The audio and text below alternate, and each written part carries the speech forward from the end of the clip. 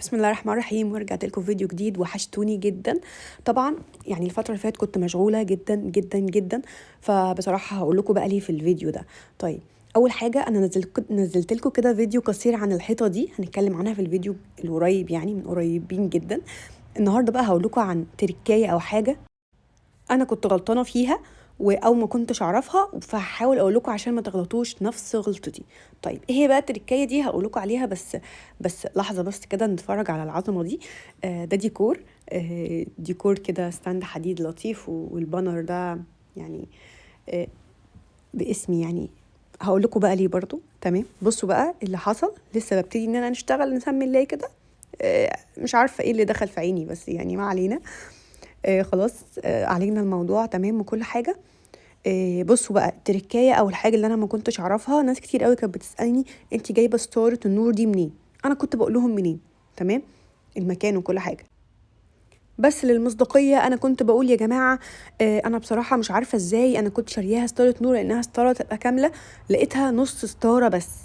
حتى اللي شافوا في الفيديوهات اللي فاتت او شافوني مستخدماها في كذا ديكور، كنت مستخدمه نص الستاره بس. انا كنت فاكره ان هي نص بس. حتى كنت مستغربه، يا ربي طب انا جايباها ستاره كبيره وكانت ب 250 جنيه. 250 جنيه دي يعني من فتره كبيره جدا على فكره، مش عارفه، ممكن يكونوا من سنه مثلا. فكنت بقول يا ربي، هو انا اتضحك عليا؟ يعني انا جايباها ب 250 جنيه ونص ستاره، مش ستاره كامله. وبالصدفه واحنا شغالين، يعني دي كنت خلاص حاطه الستاره على اساس ان هي نص ستاره زي ما انتم شايفين. فلقيت حاجه كده نازله من فوق، من الستاره من فوق، اكني سلك مقطوع كده. فبقول يا ربي ايه ده، هو اتقطعت ولا ايه؟ فلقيته بيتفرد معايا. انتوا متخيلين؟ ما كانش باين نهائي، هو ملفوف اكنك لفات فيره، فمش باين نهائي. طبعا كنت شغاله بقى، فعبد الله دخل فوقفت الفيديو. بعدين رجعت عملته لكم تاني. كويس ان هو اصلا وقف الفيديو او ان هو دخل، علشان الاحظ ان الفوكس ضارب والشمس ضاربه، فكانت مبوظه الدنيا خالص. فتخيلوا ان بعد حوالي ممكن سنه، ومش فاكره من امتى، ممكن سنه واكتر، اكتشف ان انا كنت بستخدم الستاره غلط، وان هي ستاره كبيره، وانا ظلمت الشخص اللي انا اشتريتها من عنده. تمام. فبس حبيت اوضح عشان اللي شاف فيديوهاتي ومتابعني من فتره، وشاف ان انا كنت بس او جبت سيره الستاره دي ان هي نص ستاره مش ستاره كامله. يبقى للتوضيح، هي ب 250 جنيه، كان من وقتها الله اعلم دلوقتي بكام. ممكن تلاقوها حد بيبيعها بنفس السعر. بصوا الرابطه عامله ازاي يا جماعه. والله بجد انا ما توقعتش نهائي ان هي تكون ستاره كامله ملفوفه اكنها ضفيره. بصوا انا بفكها اصلا بصعوبه ازاي. حقيقي يعني انا ما توقعتش، وكانت صدمه بجد. قلت لا، لازم مش هفكها غير لما اصورها لكم. فسبتها في اخر حاجه عشان اصورها لكم. طبعا كلكم عارفين الكنبه اللي انا كنت عملتها معاكم قبل كده، يعني من فتره كبيره. حاولنا نجددها شويه ونظبطها. دي كنبه خشب غير الكنبه الحديد. اللي عايز يشوف بقى الكنبه الحديد طبعا يروح بقى يشوفها في الفيديو اللي فات. اللي هي السودة دي كانت الاموره دي، انا بحبها قوي بصراحه. فبنحاول بقى نجددها، يعني لازم برضو كل فترة كده لازم نجددها. فبدأت ان انا جبت صنفرة خشنة وصنفرت الخشب ده كنا مركبينه من جديد يعني عشان يبقى أمتن. فصنفرتها كويس جدا، قلت عشان هرشها سبراي ذهبي. وفعلا بعد ما صنفرتها جامد، لان الخشب لما بيكون لسه جديد الاحراف بتاعته بتبقى صعبة جدا. انا بصراحة كنت بفكر ان انا لما هنجدها وهبين الحتة الخشبة دي. بس لقيتني بعمل حاجة تانية خالص. هو كده كده هي كنت منجدها معاكم. انا بس هغير شكلها عشان برضو الناس اللي بتقولي طب احنا عايزين نغير في حاجة، احنا ممكن نقدر نغير منها ازاي؟ سهلة جدا. بس بتشيلوا الطبقة اللي فوق، اذا كانت اي لون كنبة عندكم، اي نوع كنبة، بتشيل الطبقة اللي انتوا نجدتوها بايديكم او اي نجار او ايه منجد. وبتحطوا الطبقه اللي انتوا عايزينها. عايزه اقول لكم بقى ان انا عشان اجيب درجه سبراي جديده، دي كانت من قريب جدا. السبراي وصل 50 و60 جنيه. انتوا متخيلين؟ عشان اجيب جولد يبقى ذهبي كده حلو، مش الذهبي اللي هو في ذهبي كده تحس ان هو بني مش ذهبي، وفي الذهبي اللي هو اللامع الحلو ده. الموضوع بقى مكلف جدا. طبعا كل حاجه بقت مكلفه، مش عايزين نتكلم في الحاجات دي. تمام. طبعا كنت منجدها معاكم وقلت لكم كل حاجه. انا بصراحه قمت رحت جبت فرو. الفرو طبعا ده هو مكلف عشان بس تبقوا عارفين، واهم حاجه تحافظوا عليه علشان لما يطلع العميل او كده، لان ده هيتبهدل بسرعه. فانا قلت بقى بصوا مش مشكله، المهم يكون شكلها حلو وخلاص وزي ما تيجي. انا جبته بقى حسب ما انتوا عايزين. كان المتر منه ب200 جنيه، الله اعلم ده حاليا بكام. تمام، فبحاول ان انا اشيل الزياده، هو بيبقى عرض اصلا 1.60 متر و70 على ما اتذكر. ريم بتعطس عادي جدا، انتوا عارفين الجو اليومين دول العيال كلها تعبانه، ربنا يستر يا رب ويحفظ ولادنا. نقص بقى الحاجات الزياده دي ونحاول نستخدمها في حاجات تانية نستفيد منها، يعني الفرو ده مكلف برضو. كتير قوي قالوا لي ممكن تغلفيها ببلاستيك علشان يحافظ عليها وتعيش معاكي اكتر، بس بصراحه انا عايزاكم برضو تقولوا رايكم ايه، اغلفها ببلاستيك ولا لا؟ انا حاسه لو غلفتها خلاص الفرو بتاعها ده ملوش اي 30 لازمه، يعني مش هستفاد منه.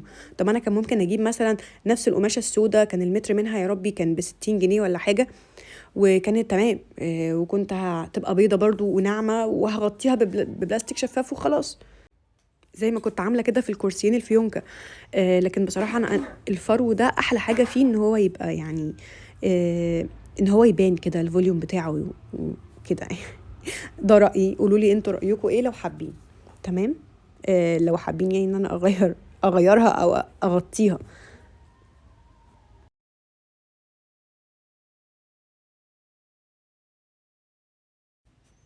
انا بحاول بس اقص الزيادات علشان اداري. انا بصوا بقى في الاخر بعد ما كنت رشيت سبراي وسبتها تنشف وحوارات، ما هختصر معاكم يعني الخطوه دي، آه لقيتها لقيت ان انا هغطيها بالمنظر ده. قولوا لي برضه رايكم ايه. زي ما قلت لكم ان مهم جدا يكون عندكم الدباسه، يعني مهمه جدا في الشغل ده.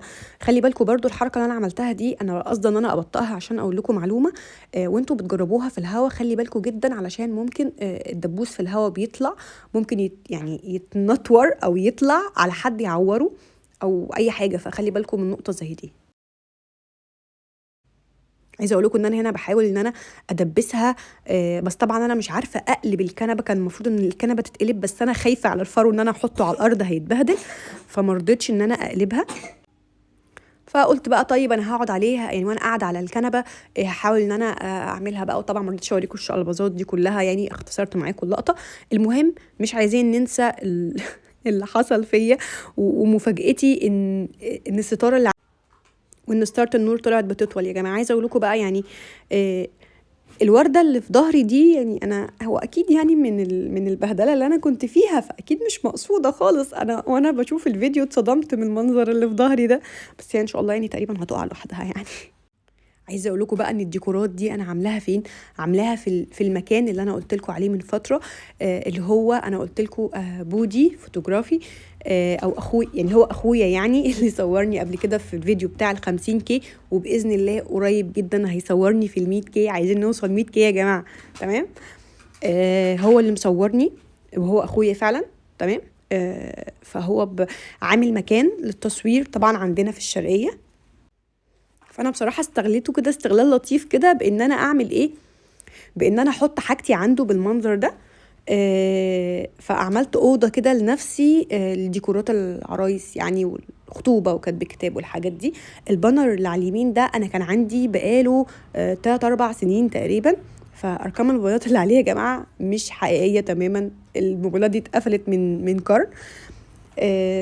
فباذن الله هحاول بقى اعمل عليه ستيكر او حاجه بتغيير رقم التليفون. فحبيت بقى اوريكم الاوضه عامله ازاي عندي، وقولوا لي عايزين اعدل فيها ايه او محتاجه ايه تاني يتزود. دي كانت الديكور بتاع، طبعا انتوا شفتوه قبل كده او انا بعت لكم ستوري او حاجه او شورت. وده الديكور الثالث. حاولت كده ان انا انوع في شكل الاستندات وفي الحاجات اللي عندي. وكمان عملت كده رفوف لمناديل كتب الكتاب والبصمات. لو انتوا برضو هحاول ابقى اكلمكم عن البصمات دي قريب. هعمله لكم ده، هنحاول نظبطها يعني مع بعض. كذا نوع بصمه، وده الويلكم بورد. تمام، ف بعد ما خلصت عايزه اقول لكم انا كنت مطبقه جدا، الافتتاح كان الخميس اللي فات. كنت مطبقه، يعني كنت شغاله من بالليل لحد الصبح حرفيا. الموضوع يعني كان صعب جدا. هو طبعا مش قفلنا الاوضه دي بس، كانت في اوض تانية هحاول هعملها لكم فيديو للمكان كامل كده لوحده. تمام، عشان هتشوفوه قريب. حاولوا بقى تدعموه، وهنزل لكم برده الانستجرام بتاعه وكل حاجه. كان دي اسعد لحظه في حياتي ان انا خلصت اوضتي وخلصت كل حاجه ورشيت سبراي كده، كان احساس حلو. ده المكان من بره يوم الافتتاح. حبيت ان انا بصراحه يعني هصور لكم كده حاجه خفيفه لاكتر حد تعب معايا والله. ريم ادعوا لها ربنا يشفي